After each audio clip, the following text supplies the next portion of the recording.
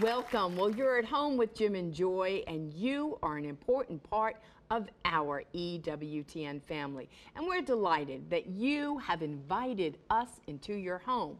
Well, you know, we want to hear from you. So send us an email with any question or any comment to jimandjoy@ewtn.com. Well, today we will have the second part of our show with Matt Zerrusen, who is the president of the Newman Student Housing Fund. What is that? You're going to learn all about it, and the newmanconnection.com. You know, I was sharing with Matt, my client, you know how you break down the stats of your client? She's between the ages of 19 and 21. They're going off to college, making poor life choices, maybe choosing to have sex outside of the bonds of marriage, then choosing to have an abortion. And so the beautiful thing about being connected to a family, a spiritual community where you can be, how important that is. Well, we've sent our children off to college. Now we have our first grandchild going off to college. And you just gave that kind of statistic. And how important is Matt's work with connecting young people going off to college with the church, to be in the heart of the church as you go off to college? He's doing this for 150,000 he's done it for so far.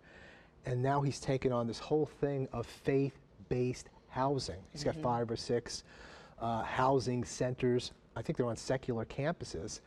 And you know, I was an RA in a resident You were hall. an RA. And I mean, to say this is a faith-based housing center, and plus connecting them with the Newman centers. Maybe the Newman center is right by the housing center. And like you said, just think what might be avoided regarding, you know, these less than genuine relationships, or you make an emotional decision. At least there's an opportunity, as Sarah Swafford says, that we can have emotional virtue, that this is about a virtuous time. Imagine going to college being a virtuous time in your dorm, and a virtuous time being connected to the church. So this is a critical work.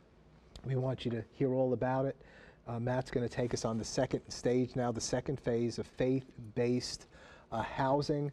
And we really want you to be encouraged that there's great work going on for the next generation of Catholics, that we don't have to live with that statistic that 80% of our young people that go away drop out of the faith. Maybe it'll be 80 to 90% that stay strong and grow in the faith. We'll be right back. Plenty more to come. Don't go away.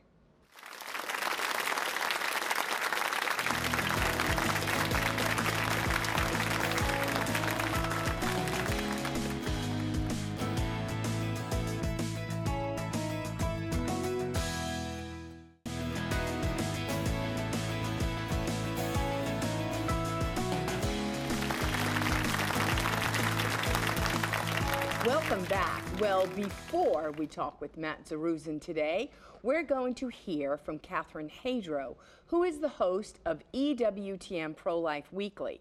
Catherine, you have a heartwarming story about adoption this week.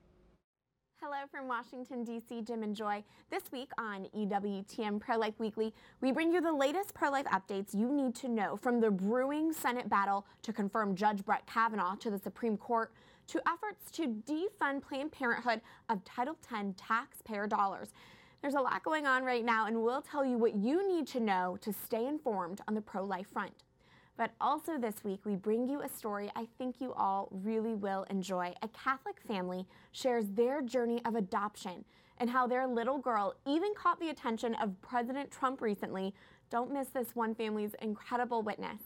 And even though the show won't air until Thursday night, there is pro-life action you can take right now at home. You can find out our latest call to action anytime simply by going to prolifeweekly.com. Go check it out and see how you can make a difference in promoting a culture of life. Again, go to prolifeweekly.com. Okay, that's the preview I'll share for the latest edition of EWTN Pro-Life Weekly. I do hope to see you all there Thursday night at 10 p.m. Eastern and again on Sunday morning at 10 a.m. But for now, back to you at home. Catherine, thanks so much. You're doing so much to help us all build a new culture of life that will prevail in America and throughout the world. Matt, It's wonderful to have you back, brother. Thank you. It was a wonderful first show speaking to us about the Newman Connection, getting young people connected with the church on campus. And now you're going to share with us about the Newman Student Housing, newmanstudenthousing.com. That's the right website there. So how do these go together, and how does the story come together in terms of connecting? Seems to be enough, hundreds of thousands of young people, but then you've taken on this whole area of student housing, faith-based student housing. So the nonprofit wasn't enough, so I decided to do some more, right? Bless you. Well, so the idea was, we get all the students to the campus ministry now. What do we do with them? How do you make an impact in the student's life? And, I told about my story at the University of Illinois and how I was there that Saturday night with all the students, and they were sharing fellowship and Bible studies and, all the things that you would not think would be going on anywhere on a Saturday night. And when the priest told me he was referring to the residence hall. So they have a 600-bed faith-based residence hall there at the University of Illinois, and that's about an hour away from my hometown. So I thought, we've got to do this, because it wasn't just the ministry presence on campus. They had a physical presence on campus, and it was in a great location, and it was empowering, and you had to walk by it. A lot of the students walk by it every day, and I thought, golly, we can make an impact with our ministry, but let's make an impact with the building. So I sat down with the priest there, the chaplain, and the whole staff, and we just, for about a day, I said, look, we want to do these things, and we want to scale them across the country. So tell me what you like, tell me what you don't like, tell me what works, tell me what doesn't work. And that's how we built our business plan. So it really wasn't anything that I came up with or did. I just found out what they were doing that works and figured out how to bring it across the country. So that's what I've been doing these past 7 or 8 years, is trying to scale Illinois' residential model and attach it to a ministry. So the way it really works is, you find a good ministry, you find a ministry that's got all their students connecting and they're really growing and they're booming, and so then you come in and you build the residence hall right next to it. So I typically try to build about 150 to 200 beds. So you get about 150, 200 students there. The reason being, it's a little small for student housing, but the reason being is that most of the ministries aren't quite ready for that kind of growth. So if you put 250 students on your campus and they're right next to your ministry all hours of the day, imagine what that's going to do to the campus minister. When you say you build these facilities, tell me, are you building them? You raising the money? You working with somebody there? How does the money come about? Who does the planning for it, the vision, the raising of funds, if you raise? And then once it's built, where do you go from there? How involved are you with this? How does it happen actually and practically? I tell you, it takes a long time to get these going. Each deal is probably anywhere from 2 to 3 years. But how it typically happens is we find the ministry, we find the land. Most of them have land. The ones that we've built on have had land, or we've had to find it for them. And so there could be a challenge. All the ministries have different obstacles. Some of them have the money to do it. Some of them don't have the money to do it. Sometimes we fund it. Sometimes they come in with us. But they're all typical real estate deals. I mean, you put 30% equity in, and you go to the bank and you get a loan, you get 70% debt. But the idea is we hope to get the ministry in so that they can start to generate some return and make the ministry sustainable. But I'm involved all the way into trying to find the land. We hire the architects, we hire the contractors, we take care of all the subs. Because the big thing that we found when I talked to the University of Illinois is the priest just looked at me and he said, Matt, I'm a priest. I'm not a real estate guy. I'm not a facilities manager. I don't want to do, half of my day is spent doing things that I don't know how to do. If a toilet clogs, we don't want to send Brother John up there. We want to send a plumber or our maintenance guy. And so we set up the model so that the priest stays in the ministry, we handle the rest.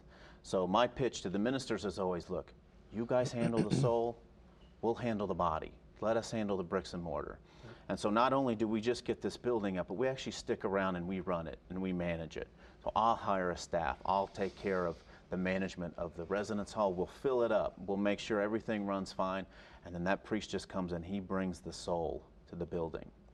And so it's working so well that we have one of these in Jacksonville, and the priest initially we built an office. for the Jacksonville, priest. Florida. Jacksonville, So Florida. we have a Jacksonville, Alabama too. You need one there. Okay. This one's in Jacksonville, Florida. Jacksonville, Alabama, I'm coming. But we gave the priest an office in there. And so literally he would call me and say, Matt, I go into He's the in building. the dorm building? In the residence hall. Oh my gosh, yeah. He said, I go, I get my coffee. And he says, I sit at my desk, and by the time I can sit down at my desk, I have a student on the other end who wants to talk to me. And then they're all sitting out in the lobby just waiting to talk to him. Wow. So it's spiritual direction. I mean, students are looking for guidance, and that's the beauty of what these buildings can offer that you can't get at a regular residence hall. You know, I'm sure you guys, like you said, you sent your kids off to college, and I'm sure they were well behaved the whole entire time. They didn't do anything wrong. But you know, with these buildings, you get that extra added dimension of the faith-based component led by the Catholic ministry, because you know we do have rules. I mean, we have visitation rules, we have quiet hours. You know, we have policies and procedures. Policies against alcohol and drugs, and you know all those types of things. And you know, they are college students. They are going to make mistakes. But the way we try to do is we try to respond with compassion first. And so if we catch somebody who's making a mistake or doing something wrong, we just say, hey, look, we've got a Catholic priest here. We've got a campus minister. You want to talk to somebody about it. If this is a problem, you've got somebody to talk to. And the students love it. Is your facility maybe one of several different housing complexes on the campus? Oh, right? absolutely. Okay. So do people know that this is a faith-based one, or how do they choose to be in it, or another one? Is it open to people beyond the Catholic Church, or are they all Catholics that are in it? How does it work? I mean, the choices. It's open to students of all faiths. And we do that intentionally because, you know, once you get out into the real world, you're not going to live in a neighborhood with all Catholics. So we want there to be a good, just good demographics in there. Want it to be diverse. And, you know, I just, you know, when the students come in, right, and you want them to live in an environment that you can take out into the real world. And so do I when I say I'm going to this campus and I want housing, am I presented with a housing opportunities, several different housing opportunities? So you can usually, we kind of have a trademark. We haven't, but we're putting crosses on the side of the buildings and like windows. Yeah. So you know it's faith-based housing when you walk into one of our buildings, and you know from the moment you walk in the door. I mean, our mission statement is to inspire all those who enter to become better versions of themselves. And so you know as soon as you walk in the front door that this is a different atmosphere. And so we sell it as faith-based housing. We sell the ministry. We sell the programming. We sell optional Bible studies. You know, all the ministry is optional to the students. Right. Nothing's required, but it's there if you want it. But you know, Matt, that is so perfect, because when kids go off to college, they're going to do a fraternity, they're going to do a sorority. You got those houses on campus, you got their symbols out there, and you're really stepping up and saying there is a Christian presence here. Absolutely. Actually, a Catholic presence. Yeah. You know, like I said earlier with the ministry, you know, you can make a statement with the ministry, but when you can come and make a physical statement with your presence, and you know, our buildings are 2 or 3 stories tall. They got a big cross on the side of them. Yeah. And you know, it's a way for campus ministers to say, hey, we're doing something bold here, something that, you know, that's why we're called Newman, because Bless Newman had this vision of building these kind of Catholic colleges within the secular realm. And so that's kind of brings it to full fruition once you put the ministry and the building together. Now you've got the nice. That's incredibly space. powerful. What a sign of hope. You think people are really catching this vision? How many campuses are you on now? And so we've built 5 of them so far. We try to do about 1 a year. Development's been very intentional. Like I said, it takes a long time. how much to money's get these been things raised up one way or another in those ones that you have so we've far? probably done in upwards of $50 million $50 million worth of development. People are investing. They see it. People are investing. You know, it is an investment. There is a return on your capital. I mean, it's a traditional real estate investment. But, you know, there's also the moral return and the spiritual return. So if I have to go out and raise money and I get in front of influential people or people who have capacity, you know, when you look at them and tell them what you're doing, it's not about the money anymore. It's about the faith and it's about what the money can do. And I bet there's a Students. lot of people who did their college years and who have a lot of things that they really regret.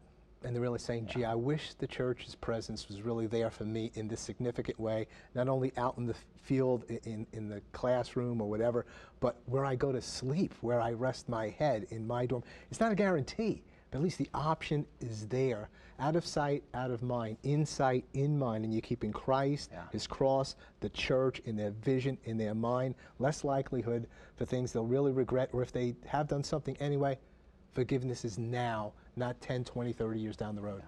Imagine if your roommate goes to church on the weekends. You're way more likely to go. Right. You know, if you're in bed sleeping, you're like, you know, I'm not feeling it today. But your roommate's knocking on the door saying, hey, let's go. Amen. That's what's happening. Okay. It's working. Well, Matt, just stay with us. We'll be back in a few moments. It's NewmanStudentHousing.com. Plenty more to come. Please don't go away.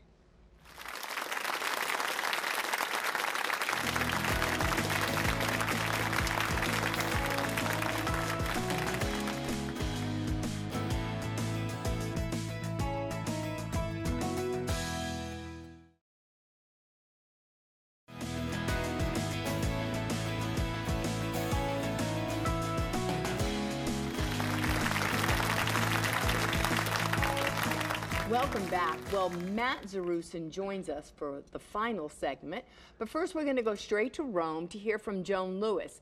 Now, Joan, it's not easy for college students to hold on to their faith, is it?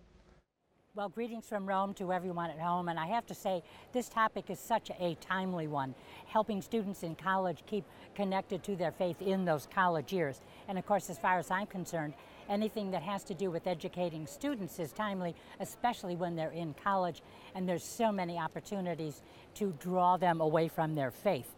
And the stats, for example, on the Newman Connection site are really kind of staggering. 80% of students stop practicing their faith in college. Now, and you already Matt may already have said this on the show, but the site says all you have to do is look at the news to see what life on college campuses has become.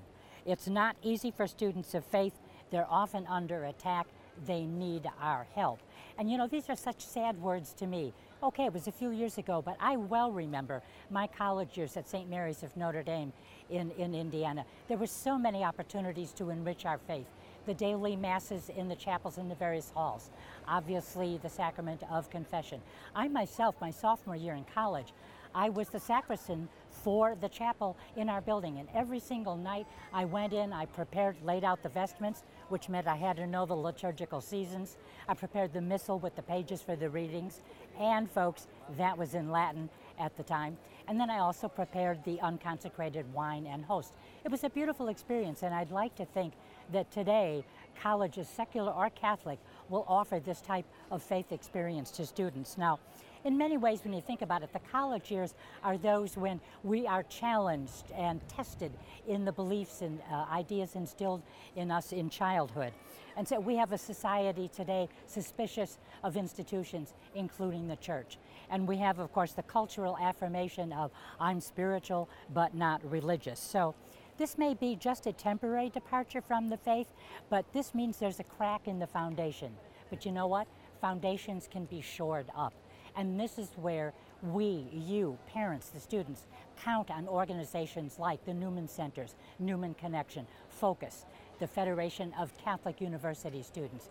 For us, please remember that these are really the campus lifelines to our faith. So prayers coming from me to all of you who do work in the campus ministry. But time's up here, and it started to rain. Back to you at home. Welcome back. Well, we want to let you know that we have a beautiful studio audience with us today. They've come from far and near, and we want to invite you to come to EWTN. You could be in our audience. All you need to do is contact the EWTN Pilgrimage Department. We certainly would love to have you join us. Well, Matt, we have just a couple of minutes left, and with this whole area of Newman, student housing, who are the key people that really need to hear this and know this and hopefully get on board and send people your way? I think the message goes out to a couple different groups of people. For one is the campus ministers. Obviously, many times they're on a campus, they feel overwhelmed, and you know, they're trying to keep up with just their building alone. A lot of times it's a house on a hill. You know, how do you keep up maintenance on just their building alone? And they think, you know, I could never have development like this. You can, they can, and we can help them. So don't be afraid. I would just say to them, don't be afraid to ask. You know, don't be afraid to explore possibilities and look at making a real presence for your ministry, physical presence. So, and then, you know, to parents, I would just say, it is important where your student lives, where you go off to college. Absolutely. I see our competition. We've talked a little bit about it. I mean, you know, we all know what residence life on some of these college campuses has become on campus, and even off campus is even, it's a bigger party. And so it's important where your child's going to live, because that's where they're going to make their connections, it's where they're going to make their friends, that's where all their interests and everything's going to come from. I may not have a faith-based residence hall at their campus yet, but if I don't, you still need to find a good place for them, a good wholesome place that's got values. And I would just say to the parents, be careful what you get. So if you have a campus minister or priest or bishop, you know, that's interested in saying, hey, you know, I want to be introduced to the possibility to do something like this, how's the best way to reach you? So the best way is to go to newmanstudenthousing.com. We've got a contact form on there. We get a lot of leads through the website, and you know, some campuses are possible, some of them aren't, and you know, I'm honest with them, you know, up front. Matt, thank you so much for being with us and for the great work you're doing. You're a breath of fresh air for many parents and grandparents. You really give the real possibility of them staying connected with their faith on their journey into college. So thank you so very, very much. Be sure to join us on Friday when we have a best of at home with Jim and Joy. One of our favorites, Sarah Swafford, will be with us. And Sarah teaches on emotional virtue, that we shouldn't be guided by our emotions, but that virtue should guide our emotions. Very important for college ministry as well. So you won't want to miss it. We pray you've been encouraged today, that you have hope for the next generation coming up.